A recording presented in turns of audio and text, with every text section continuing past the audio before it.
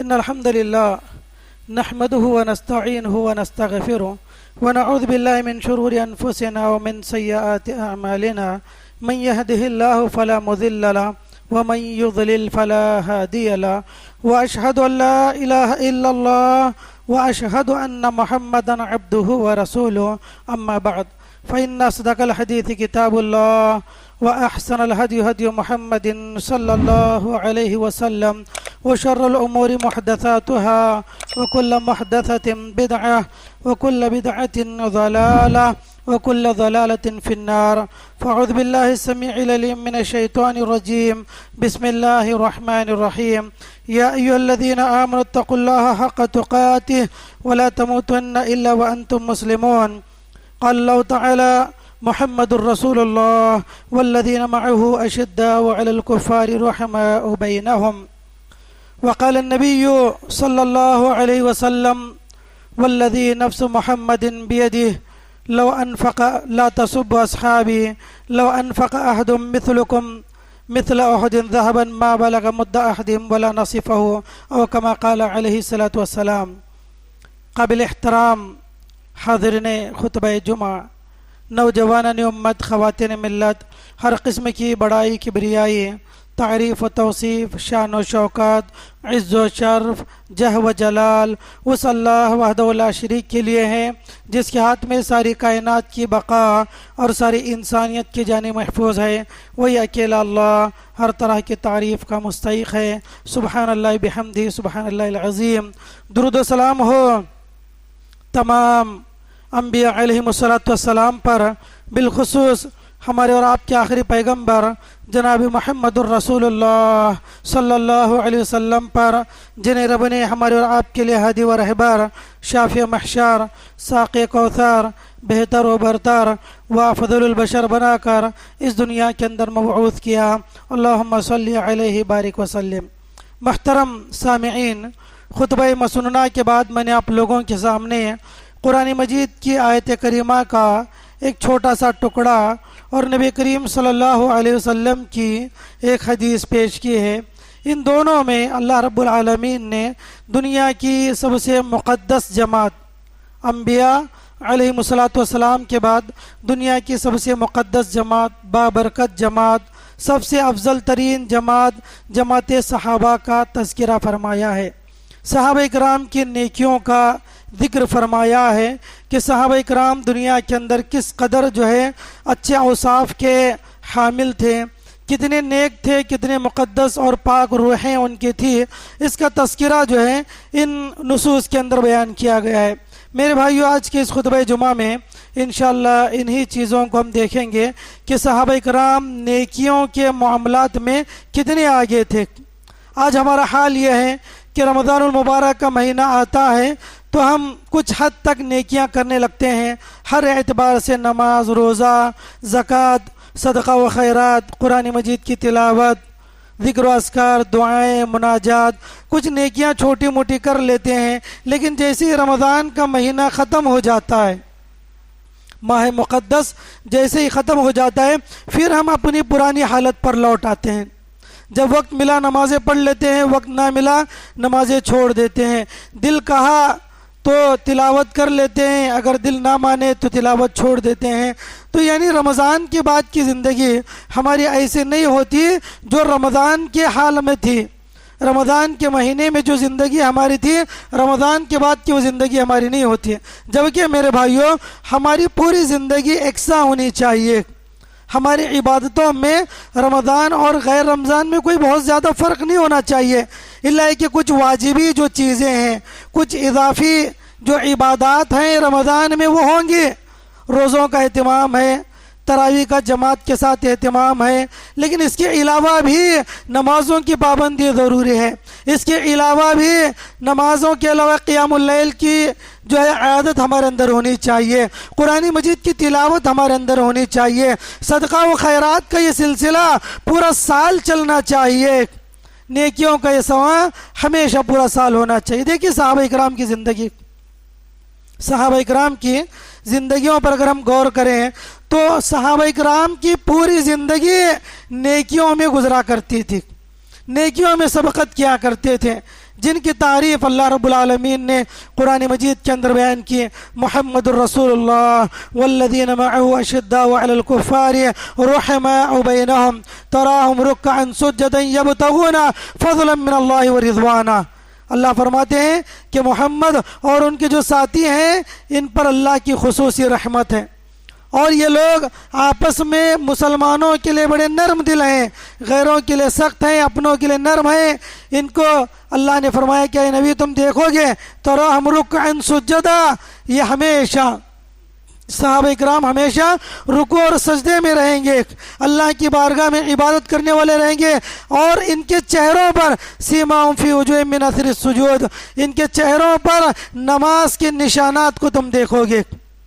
اللہ نے فرمایا ذالک مثلہم فی التوراۃ ومثلہم فی الانجیل، یہی مثال ان لوگوں کی، صحابہ اکرام کی مثال تورات میں بھی بیان کی گئی ہے اور انجیل میں بھی بیان کی گئی ہے کہ نیک لوگ ہیں. صحابہ اکرام کی جو جماعت ہے ان کی صفات کو اللہ نے قرآن مجید کی جو پہلی کتابیں تھیں ان سے پہلے تورات ہے، انجیل ہے، ان میں بھی اللہ نے کھول کھول کر بیان کیا ہے. ہم سمجھتے ہیں کہ تورات اور انجیل میں صرف انبیاء کا ذکر ہے، تورات اور انجیل میں صرف آخری نبی جناب محمد رسول اللہ کا نام ہے، نہیں، بلکہ اللہ کے رسول کے ساتھ ساتھ اللہ کے رسول کے ساتھیوں کا بھی تذکرہ تورات اور انجیل کے اندر بیان کیا گیا ہے کہ دنیا کے اندر بڑے مقدس لوگ تھے، سجدہ کرنے والے تھے، رکوع کرنے والے تھے، ان کے چہروں پر سجدے کے آثار تھے. یبتغون فضلا من اللہ ورضوانا، اور پوری کی پوری زندگی اللہ کے فضل اور اللہ کی رضامندی کو تلاش کرنے میں ان کی گزر چکی ہے. دیکھیے صحابہ کرام ان کی پوری زندگی کا مطمح نظر کیا تھا، پوری زندگی کا خلاصہ، ہر عمل کے پیچھے انہیں اللہ کی رضامندی مطلوب تھی کہ بس اللہ ہم سے راضی ہو، اللہ ہم سے خوش ہو، اللہ کے پاس ہم کامیاب ہو جائیں. اسی لیے انہوں نے پوری زندگی گزاری، سب کچھ قربان کر دیا، اپنے آل و عیال کو قربان کر دیا، مال و منال کو قربان کر دیا، اپنی جان کو قربان کر دیا.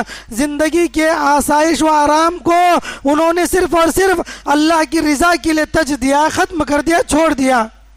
میرے بھائیو مقدس صحابہ کرام تھے جن کی رمضان کی عبادت بھی ویسی ہوتی ہے اور عام دنوں کی عبادت بھی ویسی ہوتی ہے.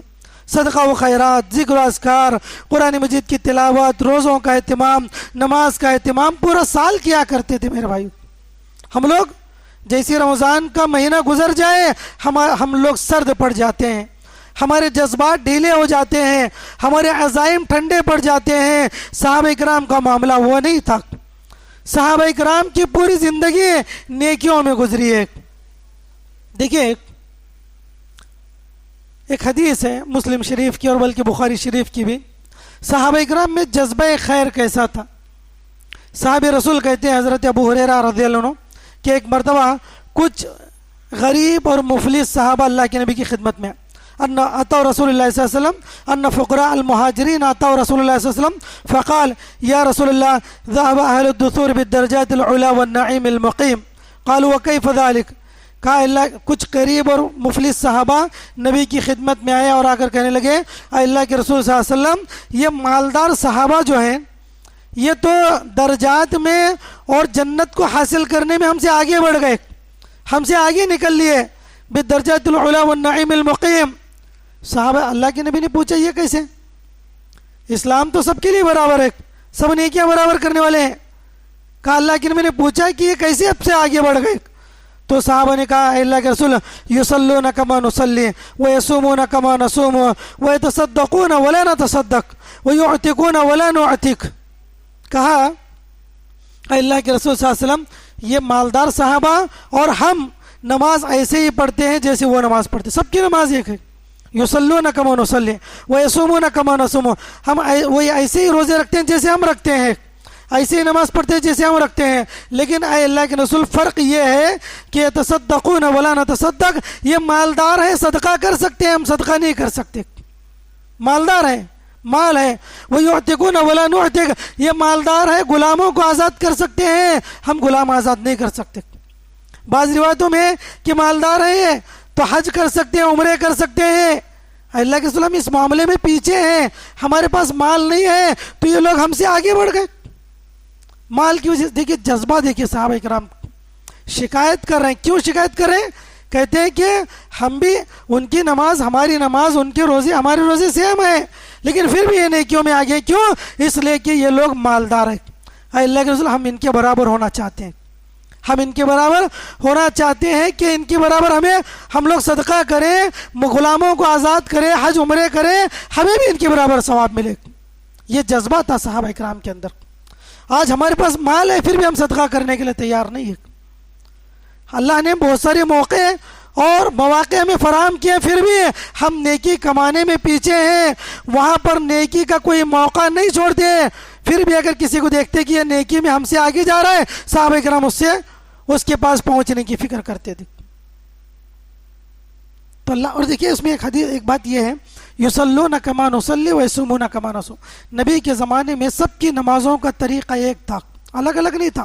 ان کی نماز کا طریقہ الگ، ہماری نماز کا طریقہ الگ. ہمارے نہیں، صحابی کہتے ہیں ہم لوگوں کی نماز ان لوگوں کی نماز کا طریقہ ہے کہ 4 طریقے نہیں ہے. وہ یصومون کما نصوم، نمازوں کا طریقہ ایک ہے، چاہے وہ نماز کی، چاہے وہ روزوں کا ابتدا ہو یا انتہا ہو، ہر طریقہ سیم ہے. 2 3 4 5 طریقے نہیں تھے. عبادت کا ہر طریقہ نبی کے زمانے میں ایک تھا، جو نبی نے کیا، جو صحابہ نے کیا، ایک ہی طریقہ تھا. تو اللہ کے رسول صلی اللہ علیہ وسلم نے فرمایا ٹھیک ہے، اچھی بات ہے. کہا کہ دیکھو میں چند تمہیں ایسے اعمال بتاتا ہوں، اگر تم وہ اعمال کرنے لگ جاؤ، تسبقون تدركون من سبقكم وتسبقون من بعدكم ولا يأتي أحد أفضل منكم يوم القيامة إلا من صنع مثل ما صنعتم. اللہ کے نبی نے کہا دیکھو میں کچھ اذکار بتاتا ہوں، کچھ ایسے اعمال بتاتا ہوں، اگر تم ان نیکیوں کو کرنے لگ جاؤ تو تم ان کے برابر ہو جاؤ گے جو تم سے آگے پہنچ چکے، جو تم سے آگے پہنچ چکے ان کو جا کر تم پہنچ جاؤ گے. وَتُدْرِكُونَ مَن بَعْدَكُمْ اور تسبقون من بعدکم، اور جو پیچھے آنے والے ان سے تم ہمیشہ آگے رہو گے اگر تم یہ نیکیاں کر لو. صحابہ کرام نے کہا اللہ کے رسول وہ کون سی نیکیاں ضرور بتائیے. تو آپ علیہ الصلوۃ والسلام نے فرمایا ہر فرض نماز کے بعد 33 مرتبہ سبحان اللہ کہنا، 33 مرتبہ الحمدللہ کہنا، 33 مرتبہ اللہ اکبر کہنا. ایک اور روایت میں 34 مرتبہ اللہ اکبر کہنے کا ذکر ہے. تو آپ علیہ الصلوۃ والسلام نے کہا یہ عمل کرنے لگ جاؤ تو ان لوگوں کے برابر اجر ثواب میں پہنچ جاؤ گے. تو اس کے بعد صحابہ کرام نے عمل شروع کیا، غریب اور مفلس صحابہ کرام نے یہ عمل شروع کیا. اب یہ مالدار صحابہ کرام دیکھ رہے ہیں کہ آخر یہ کون سی نیکی کر رہے ہیں کہ ہمارے بعد بھی یہ لوگ بیٹھے ہوئے ہیں. تو وہ جستجو میں بیٹھ گئے، جستجو میں لگ گئے کہ آخر یہ کیا عمل کر رہے ہیں. تو ایک دن انہیں پتا چلا اور انہوں نے وہ عمل کرنا شروع کیا. تو اللہ کے رسول صلی اللہ علیہ وسلم پھر یہ غریب صحابہ کرام آئے اور آ کر کہنے لگے اللہ کے رسول صلی اللہ علیہ وسلم آپ نے ہمیں جو نسخہ بتایا تھا نیکیوں میں آگے بڑھنے کا، وہ نسخہ ان لوگوں کو پتہ چل گیا ہے، ان لوگوں کو بھی وہ نسخہ پتہ چل گیا ہے. اب وہ لوگ پھر ہم سے آگے بڑھ گئے نیکیوں کے اندر. اے اللہ کے رسول ہم کیا کریں؟ تو آپ علیہ الصلوۃ والسلام نے فرمایا ذالک فضل اللہ یؤتیہ من یشاء، یہ اللہ کا فضل ہے، اللہ جسے چاہے دے سکتا ہے. تو دیکھیے صحابہ کرام میں جذبہ کیسا تھا کہ ہم نیکیوں میں آگے بڑھے. ہم دنیا کے اندر جو ہے کمپٹیشن کرتے ہیں، صحابہ کرام نیکیوں کے اندر مسابقہ کرتے تھے کہ ہم نیکیوں میں سب سے آگے رہے. یہ معاملہ تھا صحابہ کرام کا، نیکیوں میں آگے رہنا. دیکھیے ایک واقعہ ہے مسلم شریف کا. ایک مرتبہ اللہ کے رسول صلی اللہ علیہ وسلم صحابہ کرام کے ساتھ بیٹھے ہوئے تھے. اتنے میں آپ علیہ الصلوۃ والسلام نے کہا یطلع الآن رجل من اہل الجنہ فخرج رجل من الانصار تنتف لحیته. کہتے ہیں آپ علیہ الصلوۃ والسلام نے کہا کہ لوگوں اب عن قریب آپ کے پاس سے ایک جنتی شخص گزرنے والا ہے، ایک جنتی آدمی یہاں سے گزرنے والا ہے. صحابہ کرام تعجب سے دیکھنے لگے اور شوق کی نگاہوں سے دیکھنے لگے کہ بھئی آخر کون ہے یہ جس کے بارے میں دنیا میں اللہ کے نبی نے کہہ دیا کہ جنتی ہے، رجل من اہل الجنہ. صحابہ کرام جو ہے بہت ہی شوق اور جذبے کے ساتھ انتظار کر رہے تھے کہ دیکھیں آخر وہ کون ہے. تو ایک انصاری صحابی نکلے جن کے چہرے سے، جن کے داڑھی سے وضو کا پانی ٹپک رہا تھا. تنتف لحیتہ من وضوئہ، وضو کے پانی جو ہے ان کے داڑھی سے ٹپک رہا تھا اور ان کے بائیں ہاتھ میں چپل تھے، شوز تھے جن کو لے کر وہ باہر نکلے. تو پھر دیکھا صحابہ کرام نے یہ تو فلاں انصاری صحابی ہے، وہ صحابی چلے گئے. پھر دوسرے دن ایسے ہی آپ علیہ الصلوۃ والسلام صحابہ کرام کے ساتھ بیٹھے ہوئے ہیں، پھر آپ نے وہی جملہ دہرایا، کہا یطلع الآن رجل من اہل الجنہ، اب تمہارے سامنے ایک جنتی شخص نکلنے والا ہے۔ صحابہ اکرام جو ہے بڑے شوق کے ساتھ ایگرلی یہ انتظار کرنے لگے کہ بھئی کون ہے جو جس کے بارے میں نبی نے کہا کہ جنتی ہے۔ پھر دیکھا وہی صحابی رجل من الانصار، ایک انصاری صحابی نکلے اسی کیفیت کے ساتھ کہ ان کی داڑھی سے وضو کا پانی ٹپک رہا ہے، بائیں ہاتھ میں چپل جوتا جو ہے وہ پکڑے ہوئے نکلے ہوئے تاکہ باہر آ کر پہن لے۔ تو پھر وہی صحابی، پھر صحابہ اکرام نے دیکھا بڑا خوش نصیب آدمی ہے یہ۔ پھر تیسرے دن اللہ کے نبی صلی اللہ علیہ وسلم نے وہی جملہ کہا کہ یطلع الآن رجل من اہل الجنہ، کہ اب تمہارے سامنے سے ایک جنتی آدمی گزرنے والا ہے۔ صحابہ اکرام انتظار میں کہ بھئی کون ہے یہ؟ پھر صحابہ اکرام نے دیکھا وہی شخص ہے، اسی کیفیت میں ہے، اسی حیت میں ہے کہ داڑھی سے پانی ٹپک رہا ہے وضو کا، اور بائیں ہاتھ میں چپل ہے۔ جب وہ شخص نکل گیا تو عبداللہ ابن عمرو بن عاص رضی اللہ عنہ جو ہے اس جستجو میں تھے کہ آخر ہم دیکھیں، میں دیکھوں تو صحیح کہ وہ کون سی نیکی کرتے ہیں جس کی وجہ سے نبی نے ان کے جنتی ہونے کی بشارت دی ہے، آخر وہ کون سی نیکی کرتے ہیں۔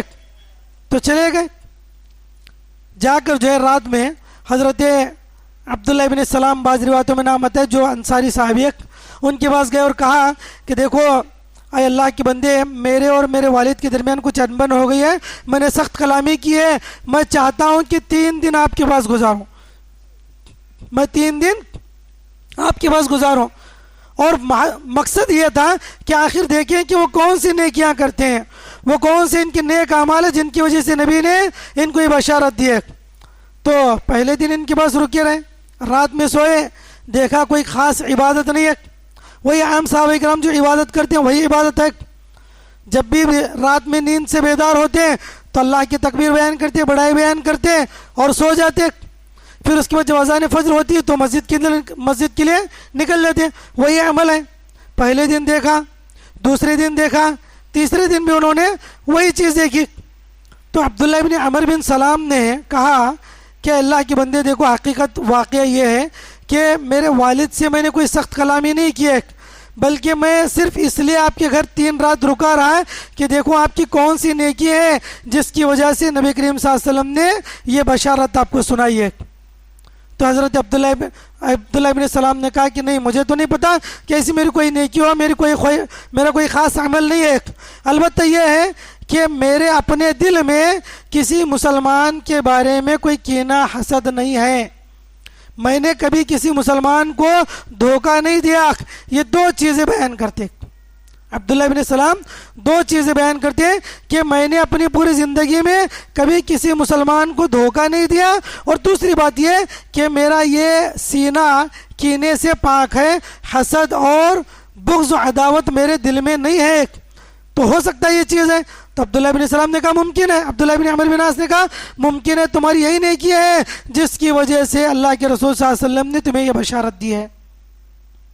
تو دیکھیے صحابہ اکرام جو ہے کس قدر نیکیوں میں آگے تھے۔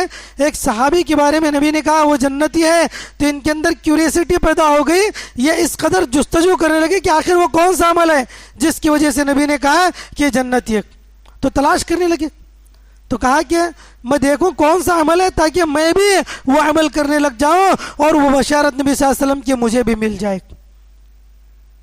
3 دن انہوں نے دیکھا کس قدر، حالانکہ دیکھیے یہ جو صحابی ہے نا جو پیچھا کر رہے تھے یہ کوئی عام صحابی نہیں تھے، عبداللہ ابن عمرو بن عاص رضی اللہ عنہ، بہت متقی صحابی، بڑے نمازی، بڑے روزے دار، بڑا مشہور واقعہ ہے ان کا مسلم شریف وغیرہ کے اندر، عبداللہ ابن عمرو بن عاص رضی اللہ عنہ کا، کہ ایک مرتبہ ان کی اہلیہ نے اللہ کے نبی علیہ الصلوۃ والسلام کے پاس آ کر شکایت کی کہ دیکھو میرے شوہر ہیں جو دن بھر روزہ رکھتے ہیں، رات بھر عبادت کرتے ہیں، ہمارے حقوق نہیں ادا کرتے، پڑوسیوں کے حقوق نہیں ادا کرتے، بچوں کے حقوق نہیں ادا کرتے، اور خود ان کے اپنے حقوق نہیں ادا کرتے۔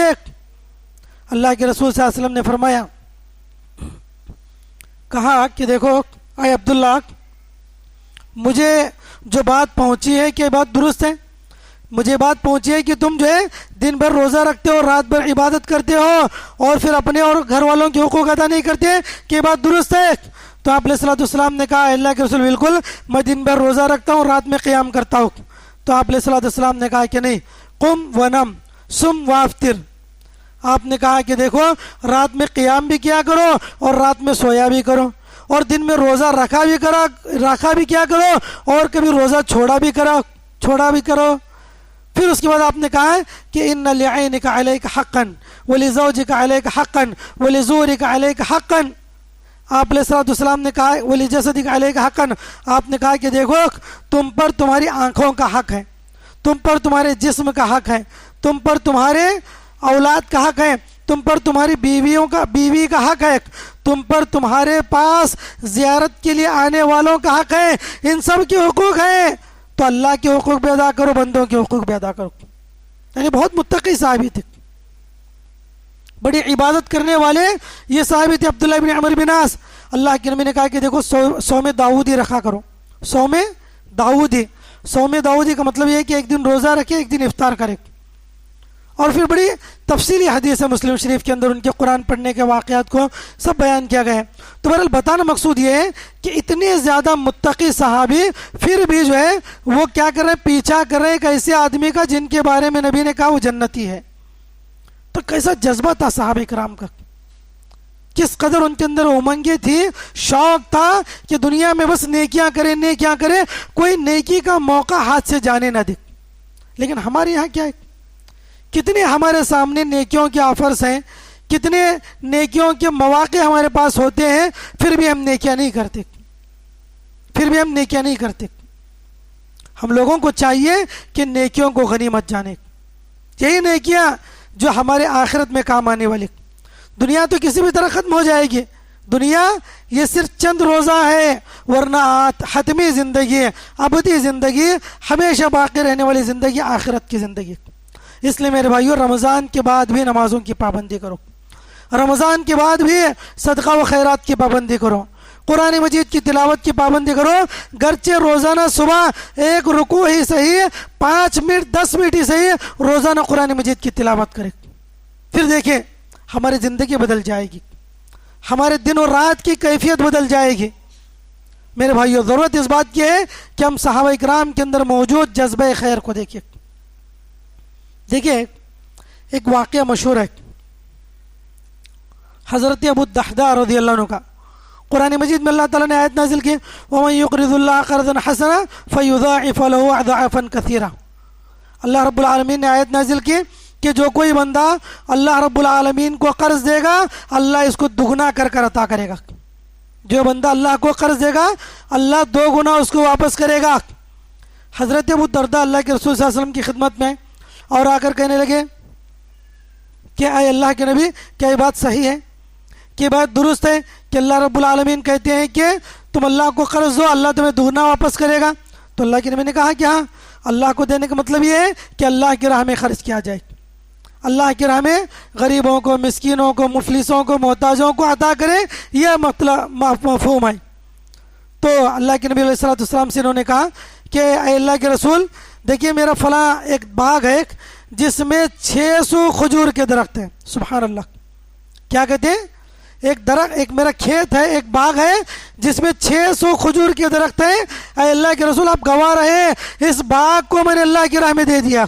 سبحان اللہ، 600 کھجور کے درختوں والے باغ کو حضرت ابو الدحداء رضی اللہ عنہ نے اللہ کی راہ میں وقف کر دی۔ کتنی بڑی قربانی ہے، کتنا بڑا خیرات ہے کہ اس سے مسکینوں کو، غریبوں کو، محتاجوں کو فائدہ ہو۔